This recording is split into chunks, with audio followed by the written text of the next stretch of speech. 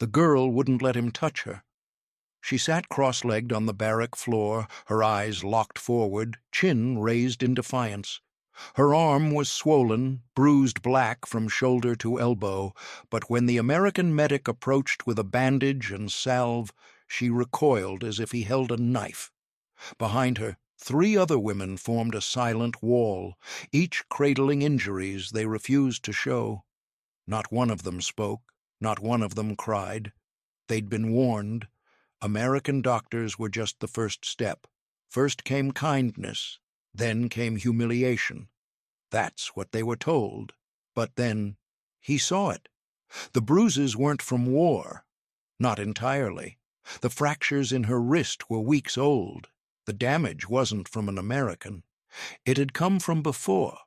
What he discovered next forced the entire medical team to stop cold, because hidden beneath the uniforms, beneath the silence, was a secret no one expected, and a betrayal that had started long before the Americans ever arrived. The warehouse-turned-intake station smelled of iodine and old lumber. Light filtered in through slatted windows, falling in broken stripes across the floorboards, across boots, across silence. The women sat in 2 lines, backs against the wall, legs folded beneath them, their eyes fixed on nothing.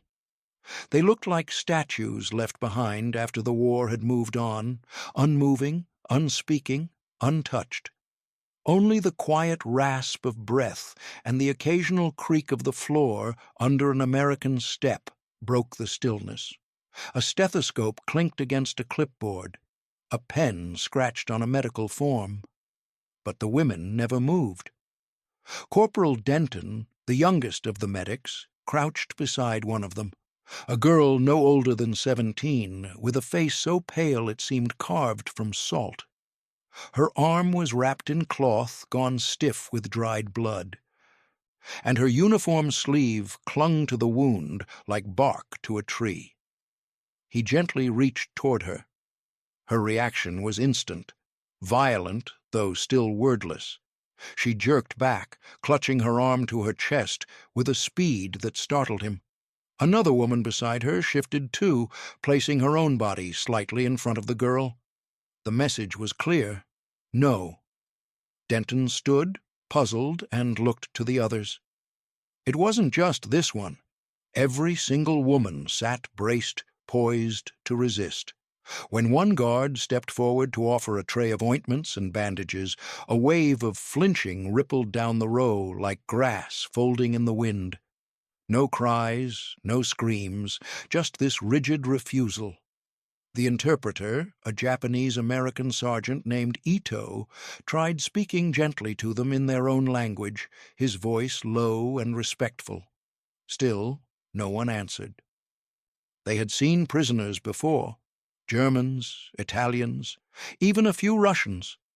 Some had arrived defiant, some desperate, but none had refused help. None had acted like the mere approach of a doctor was a kind of attack. It was the older medic, Captain Lowry, who finally knelt beside one of the women, the one whose bandaged hand trembled ever so slightly in her lap. He didn't speak. He didn't reach for her. He just removed his gloves, placed them on the floor beside him, and waited. Minutes passed. Eventually her hand moved, slowly, cautiously. She held it out, palm up, the fingers stiff with dried blood. The captain's expression didn't change. He only nodded once and retrieved his gloves. When he unwrapped the bandage, the room changed. What he found was not a fresh wound. The skin beneath was mottled with old bruises, blues and yellows faded like ink in sun. The cut on her palm had scabbed over crookedly, and her wrist, when rotated gently, gave a sickening crack. Fractured, not recent, weeks old. He looked up, met Denton's eyes, and then gestured for the X-ray kit. 2 more women, seeing the scene unfold, hesitated, and then followed. One unfastened her collar and revealed ribs pressed hard against her skin. One of them bowed unnaturally. Another lifted her skirt slightly to reveal a shin so deeply bruised it looked like it had been struck with a rod. And yet none of these injuries aligned with the stories they'd been told. These weren't wounds from battle. These weren't fresh from surrender.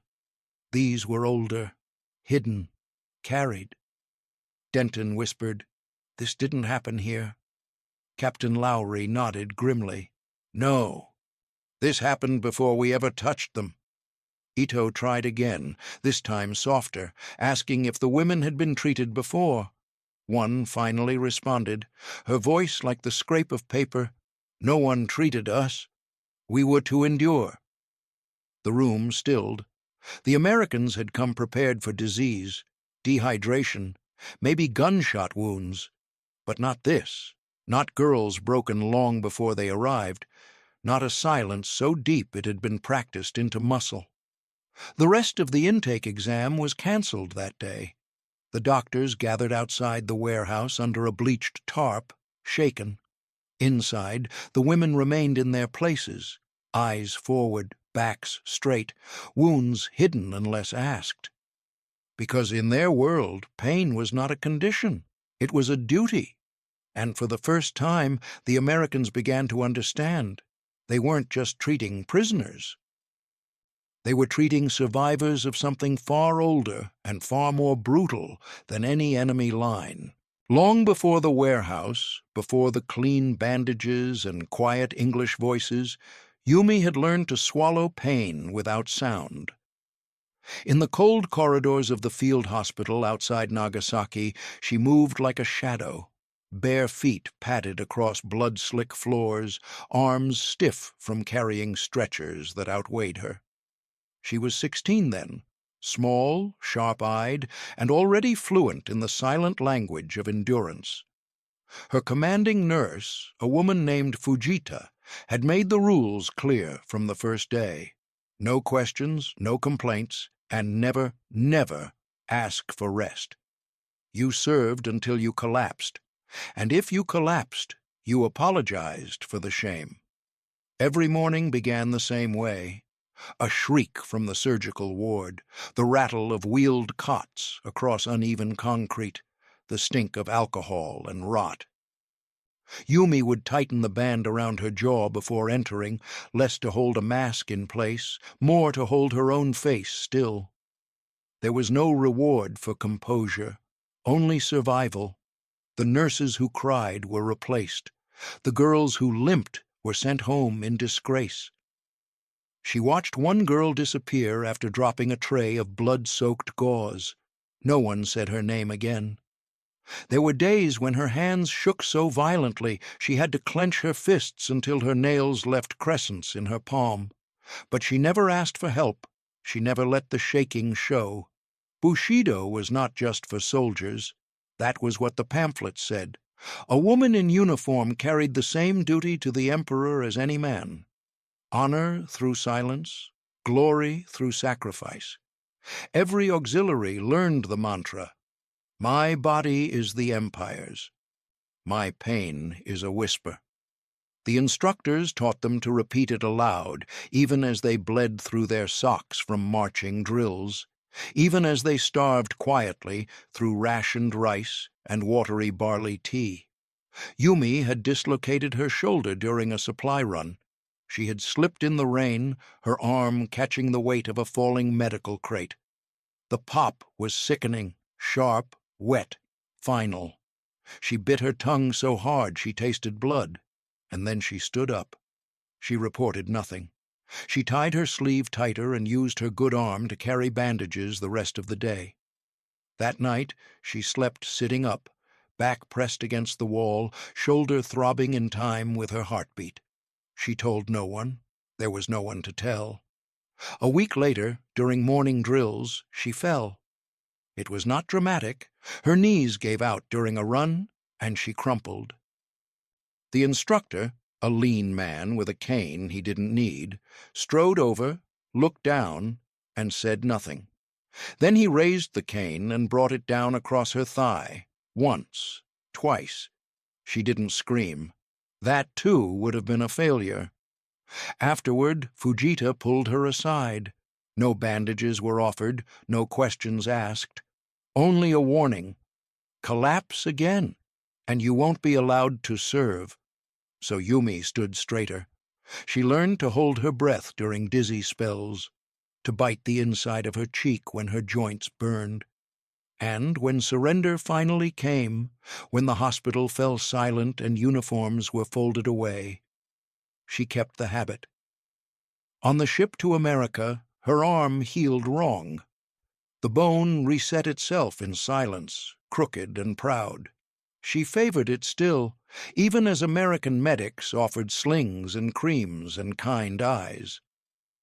She turned her face away from all of it, not because she didn't want to heal, but because healing had never been offered without cost.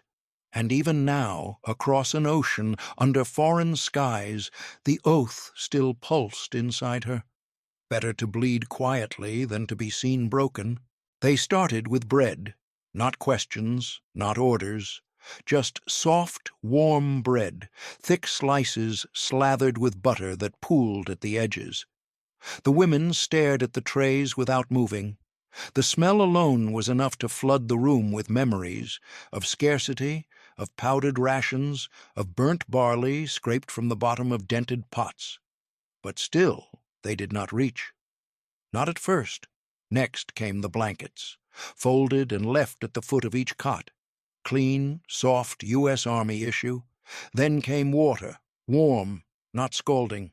Buckets of it, soap in metal dishes, fresh linen clothes, plain and without insignia. The Americans said nothing. They placed the offerings like peace terms and waited. It was not a command that broke the silence. It was a choice. The first woman who moved was not the weakest. Her name was Keiko, and she had been silent for days. She stood slowly, eyes scanning the guards, then walked to the corner where a medic stood with a clipboard. Without speaking, she tugged at the hem of her uniform. The moment she began to undress, the others stopped breathing. Her blouse came off in stiff movements. Beneath it, her torso was swaddled in layers of stained cloth, improvised bandages, knotted with bits of string, and torn from what looked like a pillowcase. The medic stepped forward, hesitating only a second before lifting the edge. The stench of old blood, sweat, and mildew filled the air. Beneath it, her ribs bloomed in bruises, deep purple, fading green. One side sagged unnaturally, and tucked between the makeshift wrappings was crumpled newspaper, pressed flat like splints. The medic didn't speak. He couldn't. More followed. A girl with a burn across her thigh, the skin cracked and weeping, another with a wrist swollen twice its size. One had a gash along her calf that had been stitched crudely, likely with a sewing needle, the thread black with dirt. A few had no visible injuries, but when weighed, their frames told another story. Malnourished, anemic, weights closer to children than soldiers, and yet not a single one of them had asked for anything. Captain Lowry flipped through his notes, brow furrowed. Severe muscle atrophy, third-degree burns untreated, healed fractures in at least 3 extremities, weight ranges averaging 72 pounds, 72. His voice cracked on the last repetition. He looked up. The women sat on the benches again, now in clean shifts, their hair damp from washing, their eyes still dry. They didn't speak. They didn't react to the stares of the Americans or the gentle murmurs of disbelief. They didn't look ashamed, but neither did they look comforted. It was like watching ghosts adjust to a body. One nurse scribbled in her journal, "These aren't war wounds. These are the wounds of neglect." Denton, the young corporal, knelt beside one woman, pointing to the old cloth wrapped around her ankle. "Did someone help you with this?" he asked softly. She looked down at him without answering. Then slowly, with careful fingers, she unwrapped the cloth herself. The skin beneath was discolored, and the swelling had set in around what the X-ray would later confirm was a broken ankle left untreated for more than a month. He swallowed hard. "Why didn't you ask for help?" She tilted her head slightly. "Because there was no one to ask." And that was it. That was the answer, quiet and devastating. The medics didn't say much that day. They patched what they could. They made more notes. But they all left the inspection room changed, not because of what they had seen, but because of what they hadn't. No complaints, no tears, no blame. Just the body's quiet record of a system that never expected them to survive. She was the last to be examined that day, an older woman, maybe in her late 30s, though her eyes made her seem far older. Her hair, streaked with gray at the temples, was pulled into a bun that had half unraveled during the shuffle from transport to barracks. Her name, according to the crumpled manifest, was Takahara. No rank, no title. Just a number beside her name, and a faded red armband that marked her as support staff. Captain Lowry approached her differently than the others. He didn't carry a chart, didn't wear his gloves. He simply pulled up a stool and sat across from her, elbows resting on his knees like a man trying not to frighten a deer. "I need to understand," he said quietly. Takahara didn't lift her head. Her gaze remained fixed on the floorboards. "You all refused help," he continued. "Even when it was clear you were in pain." Her lips parted slightly, then closed, then parted again. Her voice, when it came, was like paper crumpling, brittle and dry. "Because it was not for us." Lowry blinked. "What wasn't?" "Care." She said it plainly. "Only officers were allowed medicine, real medicine. We were trained to work, to serve. If we were injured, we were replaced. If we broke, we apologized." She rubbed one hand against her other wrist. The skin there bore the imprint of old rope or tight bindings. "Pain was expected. If you did not feel it, they said you were not trying hard enough." Lowry didn't respond. He didn't know how. Another medic, Lieutenant Harper, sat beside them, scribbling notes that suddenly felt hollow. "What about this injury here?" he asked, gesturing gently to her arm, where a yellowed bruise wrapped like ivy along her bicep. Takahara exhaled slowly. "Kitchen accident. Oil. I did not report it. I still had full use of the arm." "You didn't think it needed treatment?" Harper asked. She looked at him then. "We were taught that treatment was indulgence, for soldiers, for men. We were not soldiers. We were the tools they used." There was no anger in her tone, no edge, just quiet certainty, as if she were explaining how water turns to steam. That night, Lowry gathered the medical team in the corner of the barracks, away from the bunks and soft murmur of the women settling into sleep. They stood in a semicircle, faces lit by the dim yellow of a single hanging bulb. "They don't think they deserve to be treated," he said. "They weren't just denied care," Harper added. "They were conditioned to believe they shouldn't ask for it in the first place." "It's not just medicine we're giving them," Denton murmured. "It's permission." Lowry nodded slowly. "And how do you treat someone who's been trained to disappear?" No one had an answer. The realization settled in the room like dust. They'd come prepared for wounds, flesh, bone, fever, but they hadn't come prepared to treat something deeper, something etched into the language these women had learned long before the war ended, that to be in pain was to be loyal, that to ask for help was shameful, that suffering meant you were still useful. In that moment, the medics understood. This wasn't triage. It was unlearning. They weren't just binding wounds. They were trying, piece by piece, word by word, to return something to these women that had been taken from them long before the first gunfire had ever echoed across the Pacific. The belief that they mattered. It began with a wool blanket and a tin of ointment placed gently at the foot of a bed.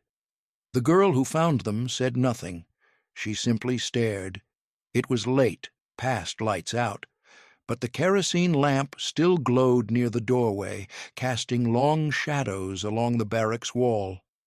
Her name was Aiko, 17, thin as a reed, with knuckles that looked like knots on a branch. Her forearm was wrapped in layers of gauze, so old they had hardened at the edges. No one had dared to touch it since her arrival. She had winced when approached, turned her back, even pretended to sleep. But now the blanket lay there like a question, unspoken, unforced. The medic who had left it didn't say a word. He had only folded it once, carefully, and set it beside the ointment, then walked away. That night, Aiko didn't sleep. She sat upright. Blanket clutched against her chest, her injured arm resting across her lap like something both precious and condemned. She didn't unwrap it. Not yet. But by dawn, the gauze was gone. The next shift found her standing near the door, sleeve rolled up, the raw edge of the burn visible along her inner arm. Red, infected, peeling, but exposed, not surrendered, revealed. Captain Lowry didn't speak. He nodded, reached for the ointment, and began applying it with soft, gloved hands. Aiko flinched at first. Then she closed her eyes. By evening, another girl came forward. A cough she had tried to muffle for days now rasped openly in her chest. A medic handed her a tin cup of warm water and a spoonful of syrup. She took it without a word. Another woman limped to the cot beside the nurse's station and removed her boot. Her ankle was swollen, the skin taut. She bit her lip, but didn't stop them from wrapping it. And then, something no one expected. Denton, carrying a tray of syringes, saw Keiko, the same woman who had first undressed in the inspection room, approach the edge of the infirmary. She didn't speak. She sat. And when he knelt beside her with a fresh vial of tetanus vaccine, she rolled up her sleeve without being asked. Her arm trembled slightly, not from fear, but from effort. Denton hesitated. "You're sure?" She looked at the needle, then at him, and nodded. He administered the injection. No flinch, no sound. Afterward, she looked down at the cotton square he pressed to her skin. "It doesn't burn," she whispered. He blinked. "What?" "Medicine. It doesn't burn like punishment." She said it like it was a discovery. That night, more blankets were distributed, not as rations, but as quiet offerings. No speeches, no orders, just folded fabric at the foot of beds, and one by one, the women began to change, not outwardly. They still walked in lines, still avoided eye contact, but their sleeves rose more often, their bandages loosened, their steps, though small, began to feel chosen. In the mess hall, a nurse noticed one woman carefully separating pills from her tray and wrapping them in tissue. Not to hide them, to save them, for another girl still too afraid to speak. Healing came not in a rush, but in ripples. It wasn't the medicine that made the difference. It was the absence of command. The silence offered not as neglect, but as permission. The Americans had stopped asking them to trust. They had simply started acting as if the women already deserved care. And somehow, in that strange space between language and gesture, the walls began to fall. One quiet night, Aiko folded her old bandages and tucked them into a corner of her cot. Not because she needed them, but because she no longer feared being seen. The machine arrived on the back of a truck just after dawn, its metal casing dulled by travel and dust.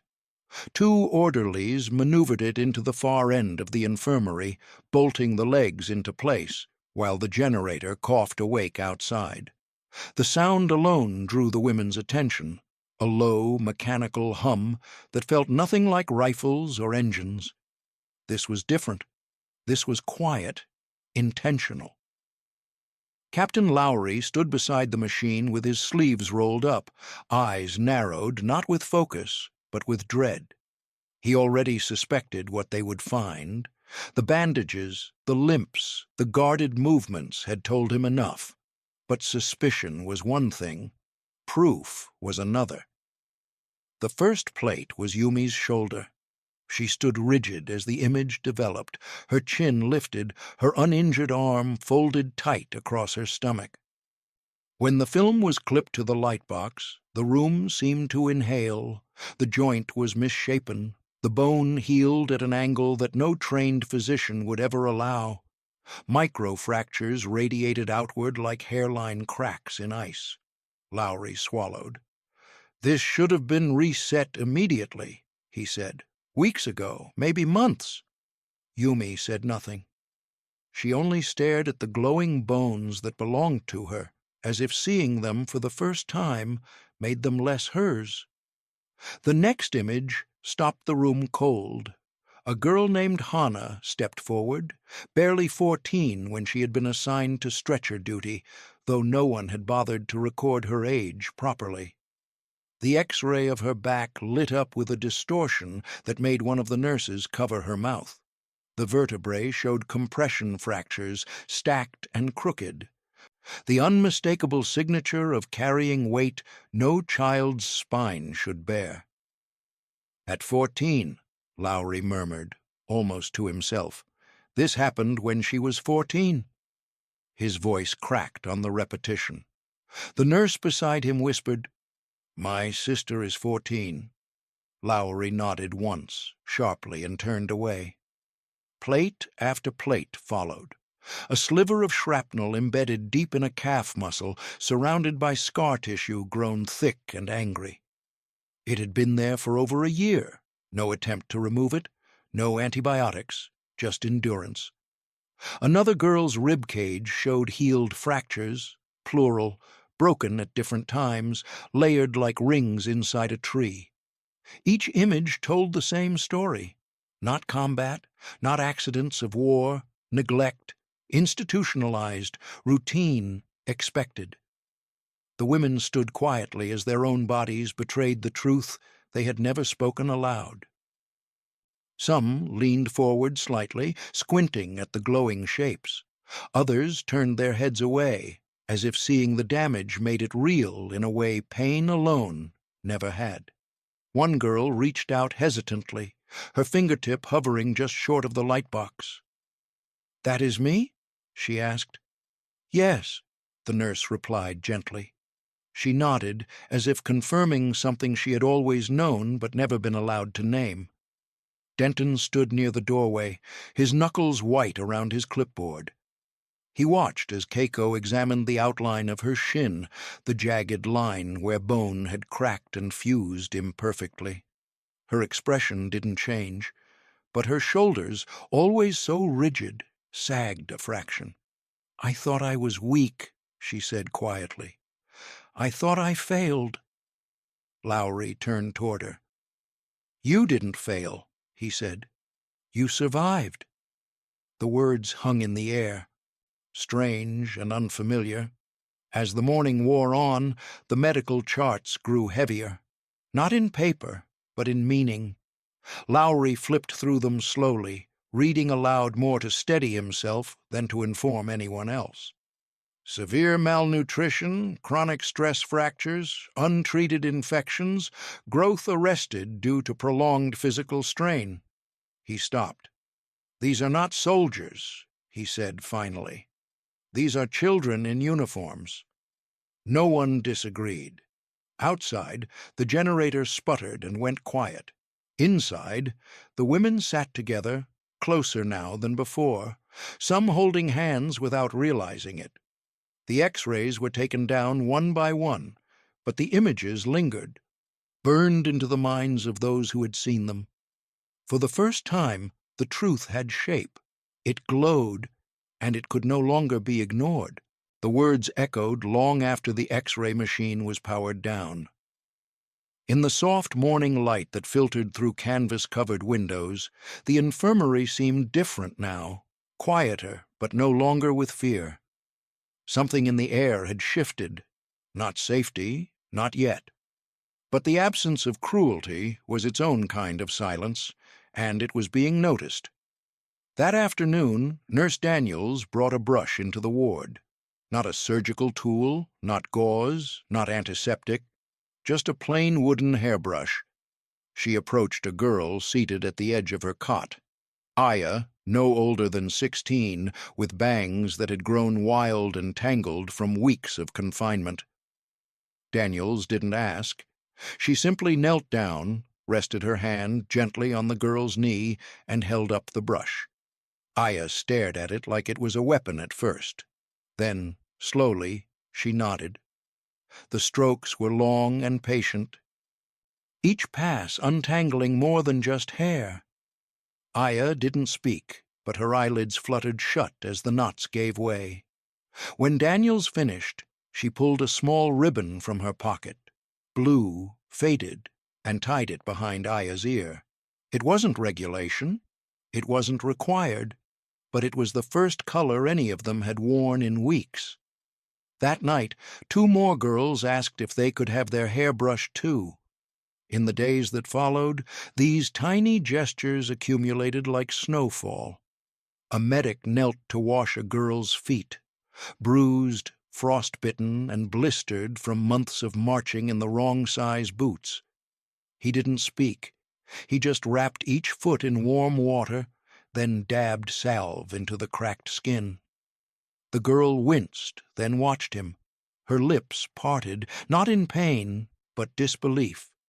Another woman, Tomiko, was given a bar of soap in the washroom. When she didn't move, the nurse gently showed her how to lather, how to rinse. Tomiko's hands shook, not because she didn't understand, but because she had been told this kind of help would never come. The soap slipped once from her hands. The nurse caught it and laughed softly. Tomiko blinked. Then she smiled. Barely. But it was there. Each act rewrote something they had been told. They were not being interrogated. They were not being punished. They were not being stripped, broken, or humiliated. They were being seen. And, perhaps more unsettling to them than to their captors, they were being cared for. It was not surrender that changed them. It was kindness. There was no ceremony to the shift, no grand moment, just accumulation. One girl tied her blanket neatly each morning. Another began whispering thank you in broken English. A third, once silent and unresponsive, began humming while her bandages were changed. To the Americans, these were signs of progress. To the women, they were something stranger. They were fractures in the wall they had been trained to build inside themselves. Hair ribbons, warm broth, salve, a name spoken gently. All the things they were told the enemy would never offer, all arriving quietly and without demand. One day, a woman traced her finger along the scar on her thigh and asked, "Will this heal?" The medic knelt. "Not all the way," he said honestly. "But it won't hurt like it used to." She nodded. Her eyes were dry.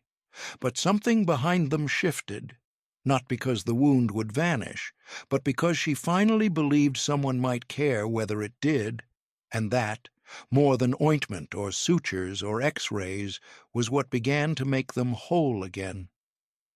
Not because the enemy was kind, but because, somehow, kindness had found them anyway. The night the stitches came out, the infirmary was almost peaceful.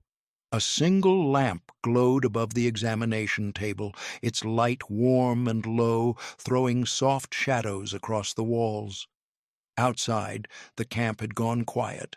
No footsteps, No voices, only the distant chirr of insects and the hum of a generator winding down for the night.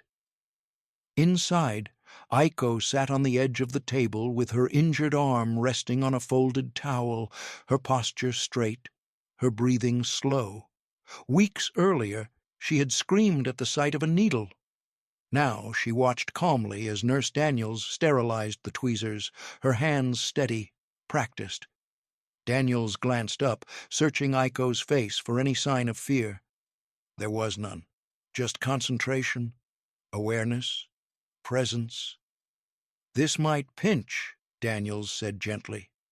Aiko nodded once. The first stitch slid free, then another. A faint pull, a whisper of sensation, but no flinch. Daniels worked carefully, speaking quietly as she went, filling the silence not with instructions, but with small, ordinary remarks. About the weather, about the coffee that morning, about how the scar would likely fade to a pale line over time. When the last stitch was removed, Daniels leaned back and smiled. "You did well." Aiko looked down at her arm. The wound was closed now, pink and uneven, a thin ridge of healing skin marking where pain had once lived openly. She touched it lightly, as if confirming it was real. Then something unexpected happened. She smiled. It was small, almost uncertain, but it was unmistakable. Daniels froze for half a heartbeat, then returned the smile without comment, as if it were the most natural thing in the world. As if smiles like that happened every night in wartime infirmaries. Across the room, another nurse watched quietly, her throat tightening. She had seen men cry when bullets were removed, had watched soldiers curse and shake and break under pain. But this was different. This was a girl learning in real time that pain did not have to mean punishment. Over the following days, the change spread. The nurses began to know the women not by chart numbers, but by habits, who preferred warm water over cold, who flinched at sudden movement, who hummed softly while bandages were changed. The women, in turn, learned the nurses' names, their voices, the way they tilted their heads when listening. Trust did not arrive all at once. It crept in sideways, unannounced. One woman began waiting for the same nurse each evening, sitting patiently until her shift began. Another started saving her questions, quiet ones, whispered at the end of examinations. "Will this scar stop hurting in the winter? Is it normal to feel tired after healing?" The answers mattered, because each answer carried an unspoken message. Your body is worth understanding. Captain Lowry noticed it too. The way the women stood a little taller during roll call, the way they met eyes more often, the way they spoke, not loudly, not boldly, but at all. One evening he overheard a conversation between two nurses. "They don't apologize anymore," one said. "For what?" "For being hurt." Lowry paused outside the door, letting the words settle. That night, Aiko returned to her cot and lay back, the blanket pulled to her chin. She traced the edge of her scar with her fingertip, not with shame, but with something like recognition. This mark would stay with her. It would always tell a story, but it would not define her worth. Pain, she had learned, was not the enemy. Pain had always been there. What had broken her was the belief that she deserved it. Now someone had looked at her wounds and said, without words, "You mattered enough to heal." And once that truth took hold, it could not be stitched away. Not by war, not by silence, not ever again. The offer came quietly, like so much else had. A medic set a stack of paper on a table near the cots, alongside a cup filled with freshly sharpened pencils. No speech, no instructions, just an open gesture. "If you want to write home, you can." At first, no one moved. The women watched the paper like it might bite. One reached toward it, then stopped halfway, hand hovering in the air. They had not written freely in months. Some had not written in years. Writing home had been a regulated act in the field, monitored and redacted, often forbidden entirely for auxiliaries. For them, even the act of expressing thought, on paper, felt like a breach of everything they had been taught. But later that night, under the dim lantern glow, someone took a sheet. She crouched in the corner, shoulders tight, fingers trembling around the pencil. The strokes were unsure, the characters uneven, but the words began to form. My wound is healing. They treat me kindly. Others followed in the coming days. The letters were spare, cautious, never dramatic, never emotional. Just quiet truths. We sleep on mattresses now. They bandaged my leg again today. There is music here sometimes, and I heard someone laugh. That last sentence came from a girl named Noriko, who hadn't spoken a word her first week in camp. Her handwriting was small, almost childlike, but the pencil held steady. The Americans did not read them. That was part of the offer. These letters would be sent, sealed, and handed to the Red Cross, who would attempt delivery through neutral channels. Of course, not all would make it, and some, many, would be intercepted. In Tokyo, sensors inside the Imperial Military's Intelligence Division scanned the returned mail with growing alarm. A letter from a camp in Texas mentioned the use of clean needles. Another praised the nurse who brought broth during a fever. A third simply said, I have not been struck once. They were not supposed to know these things. They were not supposed to believe them. The Japanese war machine relied on a very specific image of captivity, barbaric, shameful, grotesque. The idea that women captured by Americans could receive gentleness, dignity, or care, that was dangerous. It wasn't just disobedient, it was subversive, a threat to morale, to loyalty, to the entire myth of martyrdom the Empire had so carefully cultivated. Some letters never reached their families, others were altered, still others were held in quiet vaults, their paper yellowing in secret, too problematic to destroy, too honest to release. And yet the women kept writing. They weren't naive. They knew what might happen to their words, but writing them was an act of defiance, one not against Japan or even against their commanders, but against silence itself.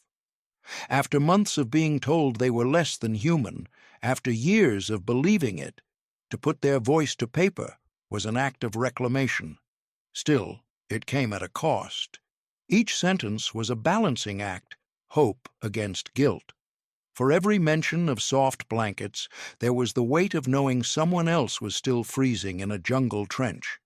For every quiet moment of safety, the knowledge that sisters, cousins, classmates remained unaccounted for. One woman wrote, I feel guilty to be healing while others have not been found. Another added, Please do not think I have forgotten who I am. But even those lines carried within them a shift, because writing meant remembering, and remembering meant surviving. The war had tried to take that from them. Now, pencil in hand, they were taking it back. Are you finding this story as powerful as we do? If so, please like the video and drop a comment below telling us where in the world you're watching from. We'd love to hear your thoughts. They stood straighter that morning, not because the war was over, not because freedom waited just beyond the wire, but because, for the first time in years, maybe ever, they were allowed to arrive as human beings. The sun had barely crested the hills beyond the camp when the trucks pulled up. The canvas flaps fluttered like stage curtains in the dry wind. Dust kicked up from their wheels settled slowly, blanketing the earth like fine ash.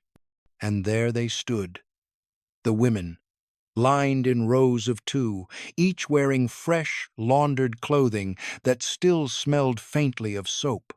No insignias, no ranks. One American medic leaned against a post, arms folded, watching quietly. "They don't look the same," he murmured, and they didn't. The girl who once shielded her body from every glance now held her chin up. The one who'd trembled during her first bath now adjusted her collar with steady hands. Their faces were no less hollow, their weight no fuller, but the weight they carried now was different. They looked at the guards differently. They looked at themselves differently. Captain Lowry passed down the line with a clipboard, pausing now and then to offer a nod, a smile, a murmured farewell. The women didn't answer, but many bowed. And for some, it wasn't just courtesy, it was acknowledgement, a kind of mutual seeing.